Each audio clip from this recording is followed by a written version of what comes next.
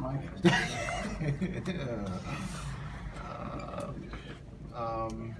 Let's just start with how do you feel Mason fits into this system, and why do you like this trade? I think his versatility, certainly his ability to play above the rim.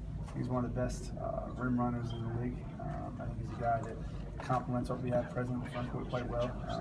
His playmaking is something unique and really stands out, and our offense is really humming right now, so our ability to continue to move the ball when Nicola goes to the bench is important. And also just who he is as a guy. We do a lot of background, talk to current, former teammates and coaches, and he's been rock solid across the board, so we're pretty excited for him. He's young.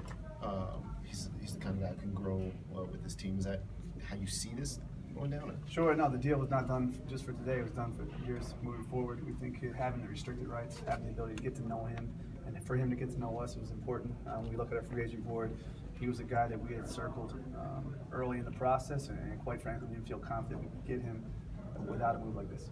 How difficult was it to give up a 22-year-old, Joseph? I mean, he was showing promise.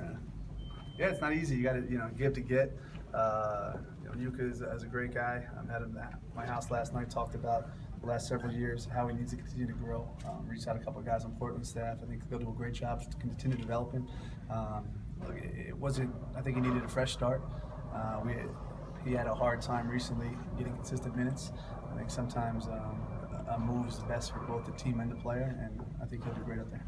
How did the picks figure out as far as giving up and what you get? Well, I think in terms of productivity this year, certainly Plumlee's having a heck of a year. He was a starter on a playoff team last year. I thought he played well in the playoffs as well. With us, the picks are assets both to be utilized in trades and as selections.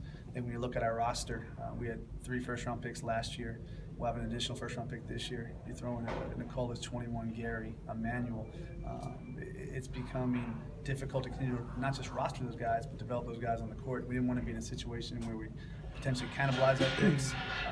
Well, I think we still have plenty of assets at our disposal. We have 2 seconds. We got a second coming back in the trade next year. The second round should be pretty good. So I think it was certainly a big part of why Portland was motivated to do the trade. And for us, I think we have so many interesting young players as is. We weren't overly concerned about another pick in the 20s. Is it hard to trade with someone who's right behind you in the standings? Yeah, not really. I mean, I think you should always allow the trade to be guided by what helps you the most. If it's close, you certainly prefer to trade someone back east.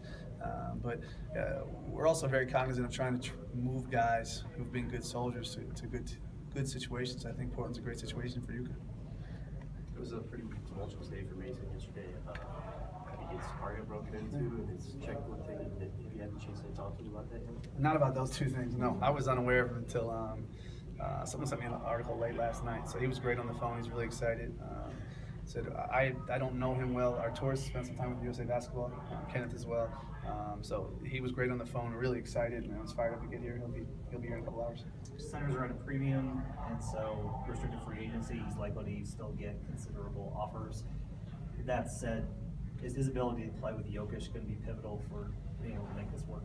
Sure. I mean, that's obviously rotations are up to Mo, and he does a great job with that. But I think when you look at his athleticism, he's able to recover a bit easier than a lot of traditional 5s. And then his playmaking is very unique. Well, he's not a guy who's going to step away and make a lot of shots. He masks that well with his cutting, with his rolling, and with his playmaking. He's not a post-dominant guy, so we keep the middle open. It's consistent with what we've done, since we made this change to starting lineup. So, I mean, he's here for the long term. What's great about restricted rights and having a ton of money is up to us to keep him. So I think he's a guy that will add to an already strong young core. You mentioned he's very similar to Kenneth Furry. What are the similarities? Not similar. They played together in USA Basketball, but in terms of above-the-rim athletes, I think Nicole has been fantastic. I don't think he's ever been confused with an above-the-rim athlete. So when you see guys like Kenneth and Mace running the floor, playing above the rim, I think they're both lob threats, which is increasingly important in pick-and-roll basketball. So I think the athleticism those guys have is a great compliment to Nicola's kind of landlocked game.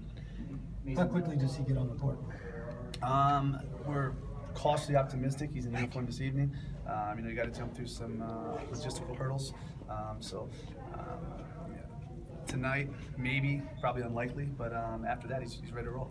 Hey, Coach Mason, obviously a starter in Portland. Do you think he'd be receptive to a roll off the bench if that's what you guys decide to do? Yeah, from all accounts, he's a 100% team guy, and that's up to Coach Malone.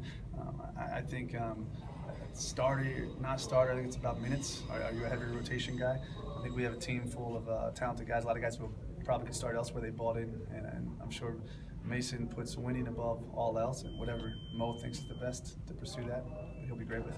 Mason's size and athleticism gives you an indication, and there's some eye test stuff that says he could be good defensively, but the on-off numbers and defensive rating in Portland it's a disaster. So, one, is that a concern for you guys with this deal, and then two, is there a possibility of future trades to try and address the defense? Yeah, I think his rim protection is actually pretty good.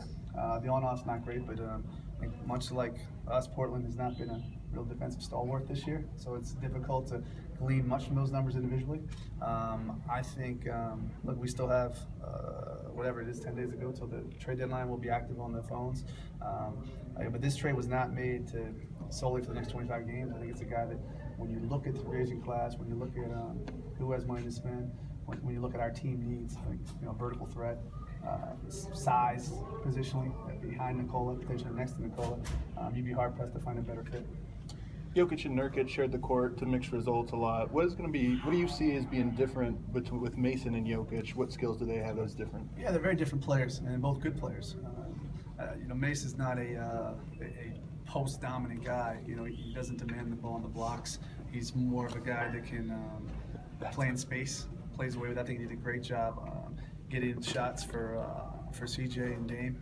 I think he's very much a ball mover. The ball doesn't stop with him. So I think while they're both positionally the same, very different in terms of how they approach that position. How big could this be developmentally for Jamal Murray, having a facilitating big men like him off the bench playing with him, as opposed to someone like Nurkic, who was a more high volume usage kind of player? Yeah, it's funny. I think it helps all those guys when you have. It doesn't have to be just a center. When you have unselfish players, it tends to be easier to play basketball. I think you see it's become a bit contagious when Nikola moves the ball. Too much so at times when guys are trying those home run passes. But I think we've gotten very fortunate with Nikola. Our coach has done an unbelievable job, kind of put him in situations to be very successful, and we've really enjoyed the ball movement, the unselfish style of play. I mean, Mace fits all those things and can be a further compliment to what we're doing. As the trade deadline looms, do you see this team as a playoff team? I hope so. I mean, we're in it now, so we control our own destiny. Certainly not playoffs or bust. I think as long as we're getting better, it's a good year. But I think in that locker room, in our front office, our expectation is to continue to be a good team, continue to be a team that keeps those other teams at bay, and hopefully the season ends with a playoff appearance.